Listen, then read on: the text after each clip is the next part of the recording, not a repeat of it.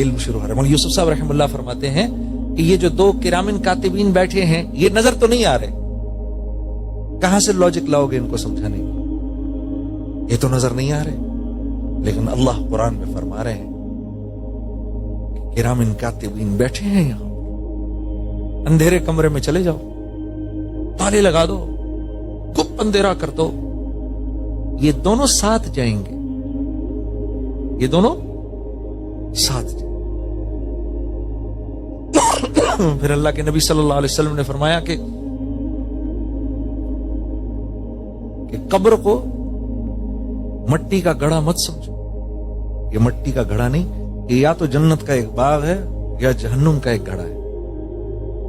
تو یہ بات تو اگر ہم کو پتہ نہ چلتی تو دنیا کی کوئی لاجک اس کو ایکسپلین نہیں کر سکتی, ہم نہیں ایکسپلین کر سکتے. اس لیے متقی کی جو سب سے پہلی صفت اللہ نے خود بیان فرمائی ہے وہ ہے یؤمنون بالغیب. وہ کیا ہے؟ یؤمنون بالغیب. میرا نبی جو بات ان سے کہتا ہے سمعنا و اطعنا, یہ فوراً اس پر ایمان لے آتے ہیں. اے ابو بکر تیرا دوست کہہ رہا ہے, اے ابو بکر کیا یہ ممکن ہے کہ کوئی راتوں رات بیت المقدس جائے اور واپس آ جائے؟ آپ نے جواب دیا یہ تو مجھے نہیں پتا, بات تو یہ ہے کہ یہ بات کہی کس نے ہے؟ کہا یہ تیرے دوست نے کہی ہے, محمد نے کہی ہے صلی اللہ علیہ وسلم. کہ اگر انہوں نے کہی ہے تو صحیح کہا ہے, ایسا ہی ہوا ہوگا. صدیق اس پہ نام پڑا ہوگا. اور اللہ کی شان یہ کہ یوسف علیہ السلام بھی صدیق ہیں اور قرآن میں اللہ نے ان کا لقب بھی صدیق فرمایا, لیکن اللہ کو نبی کریم صلی اللہ علیہ وسلم کے اس صحابی کی یہ بات کتنی پسند آئی ہوگی کہ عرف عام میں آج جب صدیق کا نام لیا جاتا ہے تو سب سے پہلا نام جو ذہن میں آتا ہے وہ سیدنا ابو بکر صدیق رضی اللہ تعالیٰ عنہ کا ہے. تو خط بھی تو لکھا تھا حضرت عمر نے, کس کو لکھا تھا؟ آپ کو دریائے نیل کے نام لکھا تھا, کیونکہ عمر بن العاص نے کہا رضی اللہ تعالیٰ عنہ کے حضرت یہ تو مصر چھوڑ کے جا رہے ہیں, دریا سوکھ گیا ہے, کہتے ہیں ایک عورت کی بلی چڑھانی ہے, اب یہاں تو آپ کی کیا رائے ہے کہ یہ تو مصر چھوڑ کر جا رہے ہیں. آپ نے ایک خط سیدنا عمر بن العاص کے نام لکھا, دوسرا خط دریائے نیل کے نام لکھا. ایسی عجیب سی بات. اچھا یہ بات عجیب یوں بھی ہے کہ جتنے بھی ویسٹرن ہسٹورینز تھے انہوں نے کہا کہ یہ بہترین موقع ہے, آج ہم دیکھنا چاہتے ہیں کہ مسلمانوں کا خلیفہ کیسے بے عزت ہوتا ہے, یہ ہم دیکھنا چاہتے ہیں. یہ بات اس لیے محفوظ رہ گئی تاریخ کے اوراق میں. ہمارے ہسٹورینز میں تو واللہ عالم پتہ نہیں کس نے لکھی, لیکن ان کے سارے ہسٹورینز نے اس بات کو کوٹ کیا ہے. وہ گئے دیکھنے کے لیے کہ دیکھیں تو صحیح آج مسلمانوں کا خلیفہ جو ہے وہ کیسے بے عزت ہوتا ہے. اس خط میں لکھا ہوا تھا اے دریائے نیل, اگر تو اپنی مرضی سے بہتا ہے تو ہمیں تیری ضرورت نہیں, اور اگر تو اللہ کے حکم سے بہتا ہے تو زمین پر اللہ کا خلیفہ عمر تجھ کو حکم دیتا ہے کہ تو چل. یہ لکھا تو اس خط کے اندر. وہ خط بیچ میں رکھ دیا گیا میرے دوستو. وہ دریائے نیل جو چلا ہے یہ وہ دنیا کا واحد دریا ہے جس کا پاٹ آج تک کبھی کم نہیں ہوا. تو تیسرا انعام کیا ملے گا؟ یہ ساری مخلوق آپ کی مرضی کے مطابق آپ کو نفع پہنچائے گی. یہی ہوا جب آپ چاہو گے ٹھنڈی ہو جائے گی, آپ چاہو گے گرم ہو جائے گی. یقین نہیں آتا؟ فرما برداری کر کے تو دیکھو. یہ بارش تب برسے گی جب آپ چاہیں گے, یہ رک جائے گی جب آپ نہیں چاہیں. میرے دوستو اللہ کے وعدے سچے, ہمارے یقین کمزور ہے.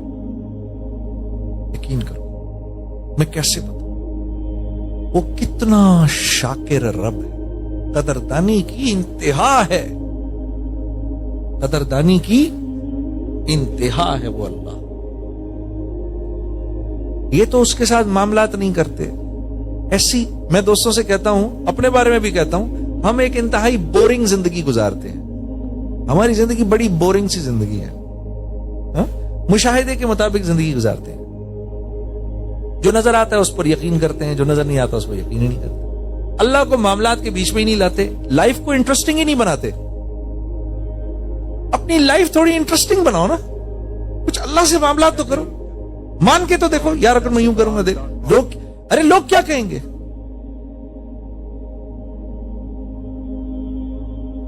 لوگ کیا کہیں, لوگ کیا. حدیث میں آتا ہے کہ اللہ حضرت ام عائشہ رضی اللہ تعالی عنہا نے اس کو روایت کیا ہے کہ آپ نے فرمایا کہ حضرت امیر معاویہ رضی اللہ تعالیٰ عنہ جب بیٹھے خلافت پر تو ام عائشہ کو ایک خط لکھا, مجھے کوئی نصیحت فرمائے مختصر سے.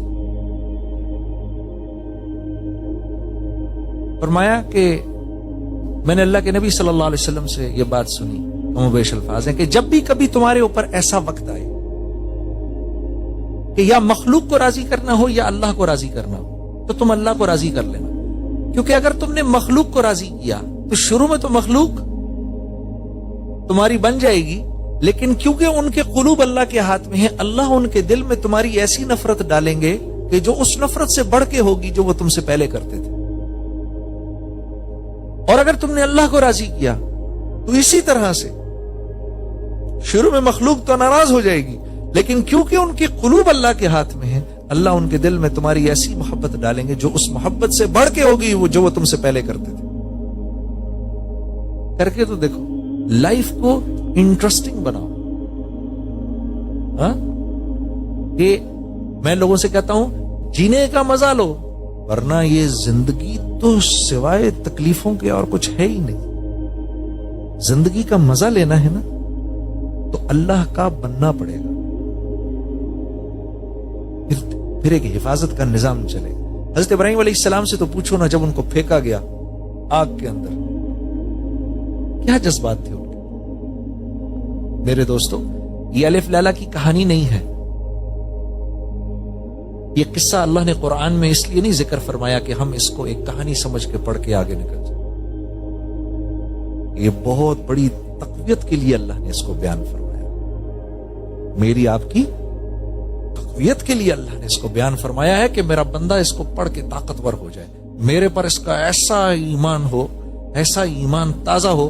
پوچھو تو صحیح, اللہ اکبر. تیسرا انعام کیا ملے گا, مخلوق تمہاری ہو جائے. تقویت کے لیے اللہ نے اس کو بیان فرمایا ہے کہ میرا بندہ اس کو پڑھ کے طاقتور ہو جائے, میرے پر اس